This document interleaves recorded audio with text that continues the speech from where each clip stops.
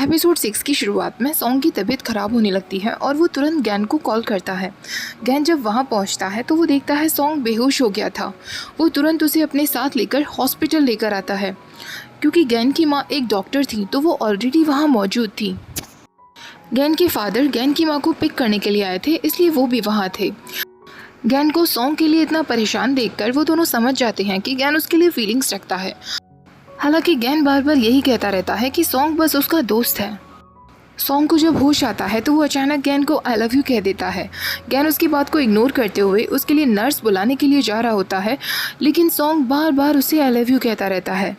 Gain उसके पास वही बैठ जाता है। नट की मदर स्टोर रूम में थी। वो खुनचाई को लेने के लिए आई हुई थी। तभी उनकी नज़र एक कपड़े पर पड़ती है, जिस कपड़े को देखकर उन्हें सिप की याद आती है, जो उनसे कह रहा था, तुम उस सैन से इतना ज़्यादा प्यार करने लगी हो, मैं अभी इस कपड़े को जला रहा हूँ। नट की माँ अचानक से घबरा जाती है और उसके हाथ से वहाँ काफ़ी सारी बुक्स गिर जाती हैं। तभी तोफू वहाँ पहुँचता है। तोफू उन बुक्स को उठाते हुए कहता है, ये हिस्ट्री की बुक्स हैं। तो नट की माँ उसे समझाती हैं, मैं हिस्ट्री रीड किया करती थी। हिस्ट्री की बुक्स में पास्ट में हुई इवेंट्स की सारी जानकारी होती है, जिन्हें पढ़कर हम अपने प्रेजेंट और फ्यूचर को गाइड कर सकते हैं, जिससे जो पास्ट में हुआ वो फिर से ना दोहरे। तोफू कहता है, इसका मतलब अगर हमारे पास्ट में कुछ बुरी मेमोरीज हैं तो उन्हें भुलाकर हम एक नई हिस्ट्री क्रिएट कर सकते हैं, जिससे हम खुश रह सकें। नट की माँ इस बात पर मुस्कुराती है। नट गैन की बात ही सोच रहा था जब उसने कहा था कि उसे अपने प्रेजेंट में नई मेमोरीज क्रिएट करनी चाहिए। दूसरी तरफ तोफू बैठा सोच रहा था, प्रिप ने कहा था कि नट का पास्ट बहुत बुरा है, तो मैं उसके साथ एक नई हिस्ट्री क्रिएट करूंगा जिसमें केवल अच्छी यादें होंगी। जब नट नहाकर बाहर निकल कर आता है तो तोफू उससे कहता है, मुझे तुमसे कुछ बात करनी है। मैं तुम्हारे साथ नई हिस्ट्री क्रिएट करना चाहता हूँ, अच्छी यादों के साथ, क्योंकि मैं तुम्हें खुश देखना चाहता हूँ। नट तोफू की इस बात पर वो सारे पल याद करता है जब वो तोफू के साथ था और बहुत मुस्कुरा रहा था। इस बात पर वो तोफू से कहता है, ठीक है, अगर तुमने मुझे ये आइडिया दिया है तो तुम्हें ही रिस्पॉन्सिबिलिटी लेनी होगी। तुम्हें मेरे साथ डेट पर चलना होगा। तोफू तुरंत हाँ कर देता है। तोफू उसे एक मार्केट में लेकर आता है। नट उससे पूछता है, तुम मुझे यहाँ क्यों लेकर आए हो? तोफू कहता है, बस ऐसे ही। तोफू नट के साथ आने से पहले उसके रूम में फर्नीचर से पूछने गया था कि क्या किसी को पता है नट कहाँ जाना चाहता है। तो नट की नोटबुक कहती है, मुझे पता है, काफ़ी समय पहले उसने एक जगह ड्रॉ की थी। नट और तोफू उस मार्केट में आकर साथ में बहुत एंजॉय करते हैं, गेम्स खेलते हैं। तोफू नट के साथ सेल्फी क्लिक करते हुए कहता है, मैं इसे फेसबुक पर अपलोड करूँगा। जब तोफू अपने फ़ोन में बिजी हो जाता है तो नट भी चुपके से उन दोनों की सेल्फी निकाल लेता है। अब तोफू नट के लिए एक ग्लास में जूस लेकर आता है और उससे कहता है, तुम जूस पीना चाहोगे?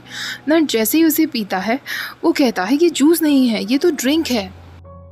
तोफू कहता है, लेकिन उस लेडी ने तो इसे जूस बताया था। जब दोनों घर लौटते हैं तो तोफू बहुत ज़्यादा ड्रंक हो चुका था। तोफू नट से कहता है, मैं अभी घर नहीं जाना चाहता हूँ। तो नट उससे कहता है, लेकिन मैं जाना चाहता हूँ, तुम इतने ज़्यादा ड्रंक हो गए हो। तभी तोफू साइकिल से उतर जाता है और उससे कहता है, मैं पैदल ही चला जाऊंगा। वो नट के चारों ओर राउंड राउंड चक्कर लगाने लगता है। नट तोफू से पूछता है, वैसे तुमसे किसने कहा था कि मुझे ऐसी जगह आना पसंद है? तो तोफू उससे कहता है, इससे क्या फ़र्क पड़ता है, आज तुम पूरे दिन मुस्कुरा रहे थे, यही मेरे लिए बहुत बड़ी बात है। अचानक से बारिश होने लगती है तो नट तोफू से कहता है, हम जल्दी से कहीं छुप जाते हैं। लेकिन तोफू बारिश में भीगने के लिए पहुंच जाता है। नट उससे कहता है, तुम बीमार हो जाओगे। पर तोफू उससे कहता है, तुम्हें भी मेरे साथ बारिश में आना चाहिए। नट भी उसके पास चला जाता है और दोनों साथ में बारिश में बहुत एंजॉय करते हैं। अचानक से तोफू नट को गले लगा लेता है। नट भी उसे गले लगाता है। जब दोनों घर पहुंचते हैं तो तोफू नट के लिए कॉफ़ी बनाकर लाता है और उसके हेयर ड्राई करने लगता है। नट उससे कहता है, क्या तुम जानते हो, अगर तुम मेरे साथ इतने अच्छे से पेश आओगे तो हमारे बीच क्या हो सकता है? तो वो उससे कुछ नहीं कह पाता तो नट उससे कहता है, अपने रूम में जाओ, मैं बस मजाक कर रहा था, और शावर ज़रूर ले लेना वरना तुम बीमार हो जाओगे। तो वो अपने रूम में आकर अपने फोरहेड पे हाथ रखते हुए कहता है, मेरी पूरी बॉडी इतनी गर्म क्यों हो रही है, क्या ये नट की वजह से है? नट तोफू की बनाई कॉफ़ी पी रहा होता है और अपनी स्क्रिप्ट लिख रहा होता है। थोड़ी देर बाद वो भी तोफू के लिए कॉफ़ी बनाकर उसके रूम में लेकर जाता है, लेकिन वो देखता है कि तोफू को बहुत ठंड लग रही थी। वो उसके फोरहेड को टच करता है तो तोफू को बहुत बुखार था। तोफू बिना नहाए ही सो गया था। वो तुरंत उसके कपड़े निकालता है और उसकी पूरी बॉडी को वेट टॉवल से क्लीन करता है। नट वापस अपने रूम में आता है और तोफू के साथ बिताए हुए सारे पलों को लेकर अपनी स्क्रिप्ट लिखने लगता है।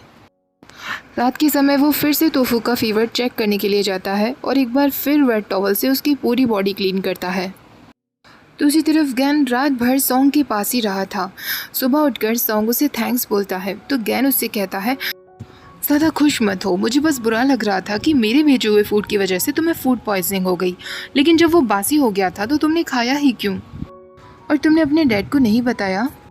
सॉन्ग उससे कहता है, जिस रात फूड डिलीवर हुआ था तो मैं खाना भूल गया था, लेकिन अगली सुबह मैंने उसे खा लिया था क्योंकि वो आपने भेजा था, मैं उसे फेंक नहीं सकता था, और मैंने अपने डैड को इसलिए नहीं बताया क्योंकि वो बिजी रहते हैं।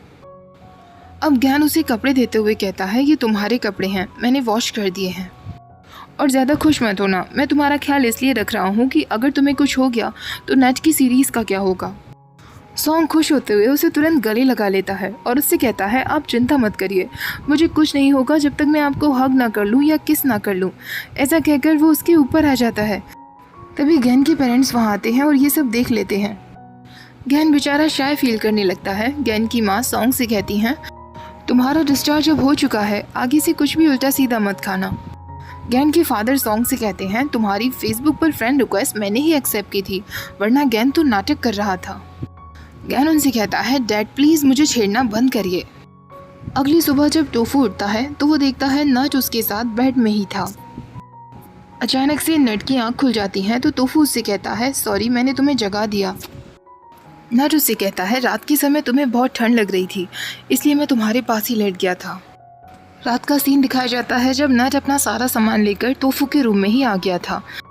टोफू का बुखार उतरने लगा था जिस वजह से उसे बहुत ठंड लग रही थी। नट अपने भी कपड़े निकालता है और उसके पास ही लेट जाता है। टोफू उससे कहता है, तुम्हें हग करने के बाद मुझे सच में बहुत अच्छा लग रहा है। वो फिर से नट को हग कर लेता है। तभी उसे याद आता है कि उसने नट की माँ को दवा नहीं दी है। वो तुरंत उठकर बाहर जाता है और उनसे कहता है, मुझे माफ़ कर दीजिए, आज मैं ज़्यादा सो गया था। अब वो उनके साथ मिलकर नट के लिए ब्रेकफास्ट प्रिपेयर करने में लग जाता है। दूसरी तरफ सैन LTR कंपनीज की उसी ओनर से मिलता है जो उससे कह रही थी, मैंने सुना है तुम टान को बैंकॉक के हॉस्पिटल में ले जाने का सोच रहे हो।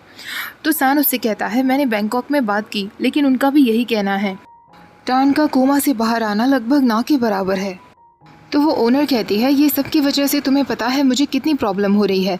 मैं टान के सारे एक्सपेंसेस देने के लिए तैयार हूँ, पर फिर भी इन्वेस्टर्स ने हमारे प्रोजेक्ट में पैसे इन्वेस्ट करना बंद कर दिया है क्योंकि उन्हें लगता है ये रिस्की हो सकता है।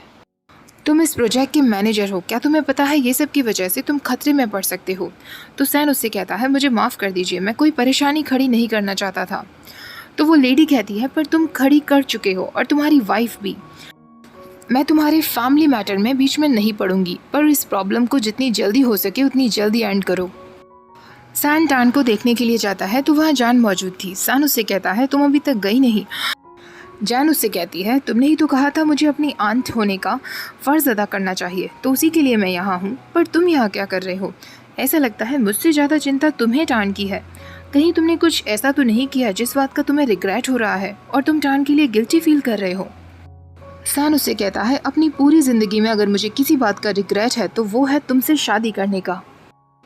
ऑफिसर्स आपस में बातें कर रहे होते हैं। सैन की बॉडी में कोई स्ट्रगल के निशान नहीं है, पीछे से उस पर हमला किया गया था। दूसरा ऑफिसर कहता है, सैन का भी इस अटैक में कोई हाथ नज़र नहीं आता। ये बात सच है कि हमले वाले दिन वो टान की कार के पीछे गया था, लेकिन तभी उसके सामने एक बाइक वाला आ गया था जिससे उसकी टक्कर हो गई थी और वो इस बाइक वाले को लेकर हॉस्पिटल पहुंच गया था। कोई चांस ही नहीं बनता कि वो टान के पीछे अटैक वाले समय तक पहुंच पाया हो। एक बात और अजीब है, उस दिन टान ने जो रूट फॉलो किया था वो काफ़ी लंबा रूट था जहां हमें कोई भी सिक्योरिटी कैमरास नहीं मिले। तो पुलिस ऑफिसर कहता है, क्या टान ने जानबूझकर ऐसा रूट फॉलो किया जहां हमें CCTV कैमरास ना मिले। सैन जान को किसी के साथ बातें करते हुए देख लेता है। सैन उसके पीछे जाता है और उससे पूछता है, तुम किससे बातें कर रही थी।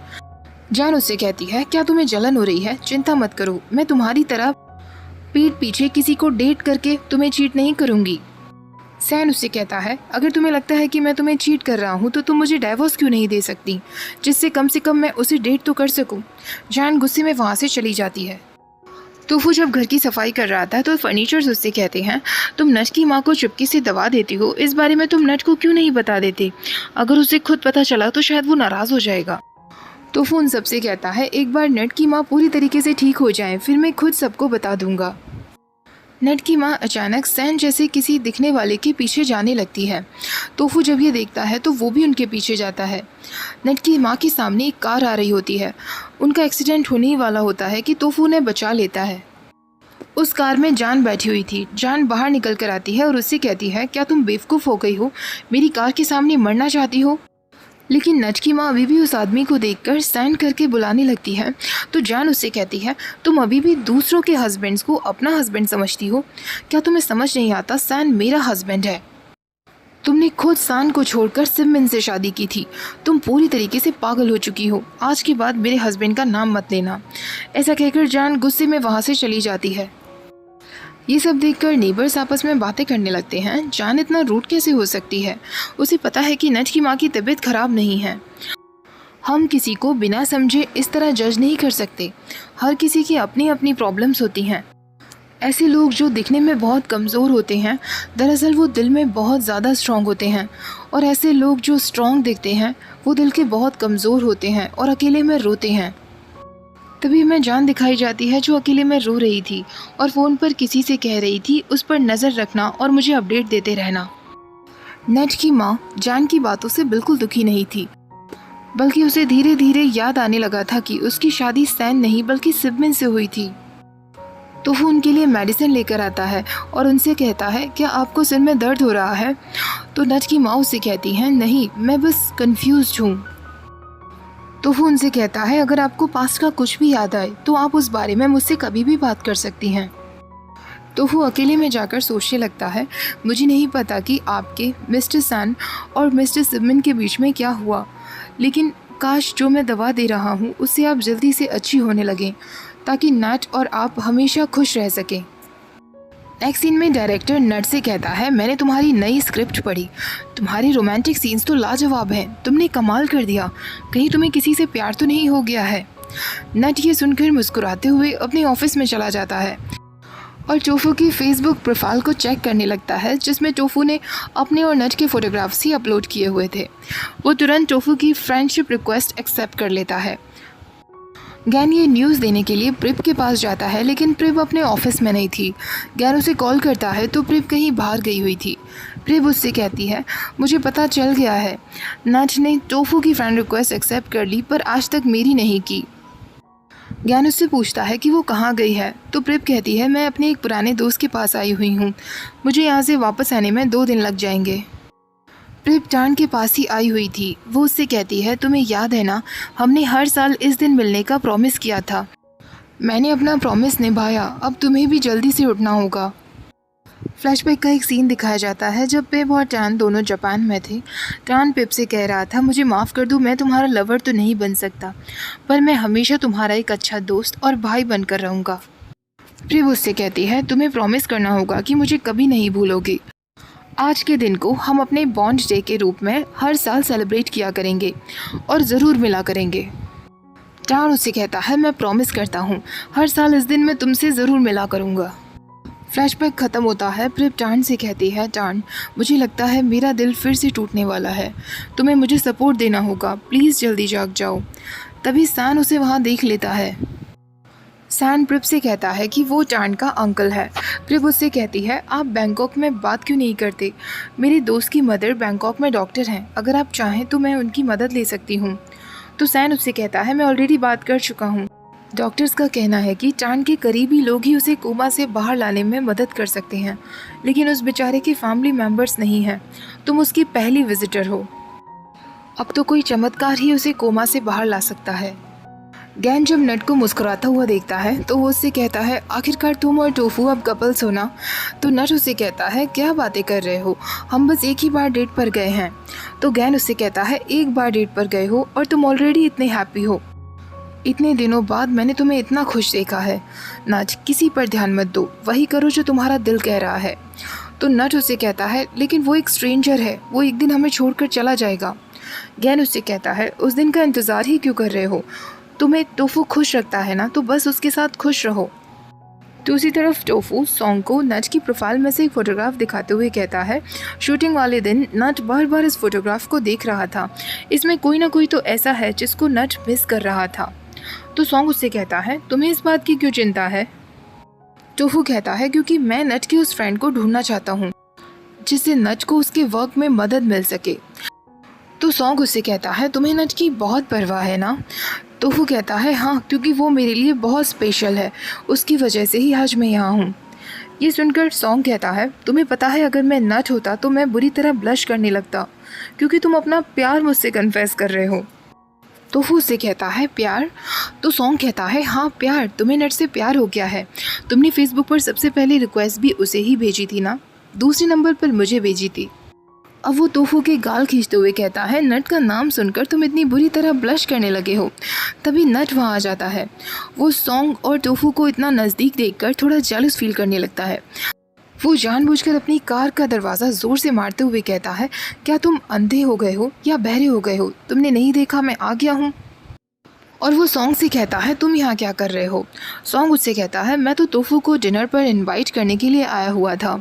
मेरे डैड घर आए हुए हैं, वो टोफू से मिलना चाहते हैं, और अगर टोफू चाहे तो आज रात वो हमारे घर भी रुक सकता है। नट कहता है, लेकिन मैं टोफू को अपने साथ एक मूवी दिखाने के लिए ले जाने वाला था। वो मूवी मेरे एक सीनियर ने प्रोड्यूस की है। तभी सॉन्ग कहता है, कोई बात नहीं, हम टोफू पर छोड़ देते हैं कि वो किसके साथ जाना चाहता है। टोफू नट के साथ ही जाता है। वो दोनों मूवी देखने के लिए आ जाते हैं। वहाँ एक लड़का टोफू को देख लेता है, जो पहली नज़र में टोफू को पसंद करने लगता है। जब दोनों मूवी थिएटर में बैठे होते हैं तो नट टोफू को थैंक्स बोलता है। वो उससे कहता है, अगर ये BL सीरीज़ सफल रही तो इसका सबसे बड़ा श्रेय तुम्हें जाएगा टोफू। तुमने सच में मेरी बहुत मदद की है। टोफू उससे कहता है, मुझे विश्वास है तुम्हारी वो सीरीज़ ज़रूर सक्सेसफुल होगी। अचानक से उनका डायरेक्टर जिया वहाँ आ जाता है और टोफू और नट के बीच में बैठ जाता है। हालांकि पूरी मूवी के चलते टोफू और नट एक दूसरे को ही देखते रहते हैं। मूवी ख़त्म हो जाने के बाद जब दोनों बाहर आते हैं तो नट टोफू से कहता है, मुझे टॉयलेट जाना है, मैं अभी आता हूँ, यहाँ से कहीं मत जाना। नट के जाने के बाद वही लड़का टोफू के पास आ जाता है जो उसे पसंद करने लगा था, और उससे कहता है, क्या मैं तुम्हारे साथ सेल्फ़ी ले सकता हूँ? टोफू मान भी जाता है। वो दोनों अपनी सेल्फ़ी क्लिक कर ही रहे होते हैं कि तभी पीछे से नट वहाँ आ जाता है और ये देखकर बहुत ज़्यादा गुस्सा हो जाता है। वो टोफू से कहता है, अभी के अभी मेरे साथ घर चलो। पूरे रास्ते नट टोफू से बिल्कुल बात नहीं करता। घर आ जाने के बाद नट खुद को रूम में बंद कर लेता है। टोफू उससे कहता है, तुम मुझसे क्यों नाराज़ हो? मैंने कुछ किया क्या? तो नट उससे कहता है, मैंने तुमसे कहा था कि मेरा इंतज़ार करना, फिर भी तुम उस लड़के के साथ सेल्फ़ी ले रहे थे। टोफू उससे कहता है, मुझे नहीं पता वो कौन था, वो अचानक से मेरे पास आ गया और मेरे साथ सेल्फ़ी लेने लगा। पर तुम्हें मेरी चिंता करने की ज़रूरत नहीं है, मैं वहाँ से खोता नहीं। नट उससे कहता है, तुम्हारी परवाह कौन कर रहा है, मैं जेलस था। ये सुनकर टोफू मुस्कुराने लगता है तो नट उससे कहता है, भूल जाओ जो मैंने कहा, वैसे भी मैं तुम्हारा बॉस हूँ। टोफू उससे कहता है, मैं जानता हूँ, लेकिन अब हमारे बीच सब कुछ अलग है। मैं नहीं चाहता कि तुम सिर्फ मेरे बॉस बने रहो, मैं तुम्हें हक करना चाहता हूँ, तुम्हारा हाथ पकड़ना चाहता हूँ। तो नट उससे कहता है, सिर्फ इतना ही? अचानक से टोफू उसके नज़दीक जाता है और उसे किस कर लेता है। टोफू उससे अलग होते हुए कहता है, मुझे माफ़ कर देना अगर तुम्हें बुरा लगा हो तो। नट उससे कहता है, तुम सच में बच्चे हो, और उसे अपनी तरफ खींचकर उसे किस करने लगता है। अचानक से टोफू की आंखों में आंसू आ जाते हैं और वो नट से कहता है, तुम्हारे लिप्स बिल्कुल स्वीट और सॉफ्ट हैं, एक जेली की तरह। नट को अचानक से पुराना कुछ याद आता है और वो टोफू का कॉलर पकड़ते हुए कहता है, क्या कहा तुमने? मुझे सच सच बताओ, तुम हो कौन? तुम्हें किसने यहाँ भेजा है? और यहीं पर एपिसोड 6 ख़त्म हो जाता है। नेक्स्ट एपिसोड में मैं जल्दी शेयर करूँगी। वीडियो पसंद आई हो तो लाइक शेयर, चैनल को सब्सक्राइब करना मत भूलिएगा। Thank you for watching. Bye bye.